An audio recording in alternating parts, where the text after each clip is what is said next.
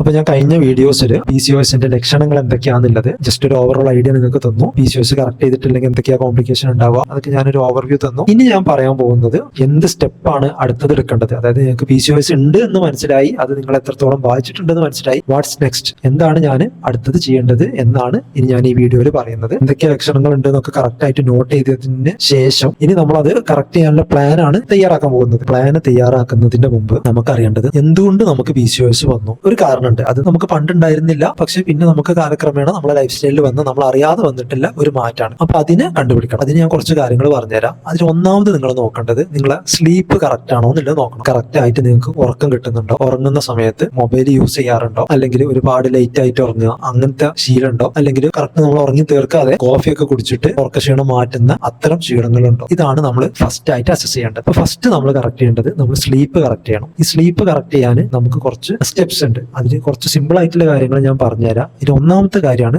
ഉറങ്ങാൻ അടുപ്പിച്ച് നമ്മൾ മൊബൈൽ യൂസ് ചെയ്യുന്ന ശീലം ഉണ്ടെങ്കിൽ അത് നമ്മൾ ഒഴിവാക്കണം. കാരണം മൊബൈലിൽ നിന്ന് കിട്ടുന്ന ലൈറ്റ് നമ്മളെ കണ്ണിലടിച്ചു കഴിഞ്ഞാൽ അത് ഉറക്കം ഡിലേ ആവും. നമ്മുടെ ബോഡിക്ക് അതൊരു രാവിലെ നിന്നില്ല അതുപോലത്തെ ഒരു സിഗ്നലാണ് ബ്രെയിനിക്ക് കിട്ടുക. അപ്പോൾ നിങ്ങളൊരു 10 മണിക്ക് കിടക്കാൻ നിന്നു, അതിന്റെ അരമണിക്കൂർ മൊബൈൽ യൂസ് ചെയ്ത് കഴിഞ്ഞാൽ നിങ്ങളുടെ ബ്രെയിൻ വിചാരിക്കും ഇത് രാത്രി ആയിട്ടില്ല രാവിലെയാണ് എന്ന്. അപ്പോൾ നിങ്ങൾ ഉറക്കം കുറച്ചും കൂടെ ഒരു 11-12 അങ്ങോട്ടാവും. ഇനി 12 മണിക്കാണ് മൊബൈൽ എടുക്കുന്നുണ്ടെങ്കിൽ ബോഡി അപ്പോഴും വിചാരിക്കും ഇത് രാത്രിയല്ല പകലാണെന്ന്. ബോഡി ഉറക്കം വീണ്ടും ഡിലേ ആക്കും. അങ്ങനെ നിങ്ങൾ ഉറക്കം ഷിഫ്റ്റ് ചെയ്ത് 12-1 മണി അങ്ങനെ ലേറ്റ് ആയി പോകും. അങ്ങനെ ആയി കഴിഞ്ഞാൽ സ്ലീപ്പ് കിട്ടാതെ നിങ്ങൾക്ക് ഒരുപാട് ഹെൽത്ത് ഇഷ്യൂസ് വരാൻ ചാൻസ് ഉണ്ട്.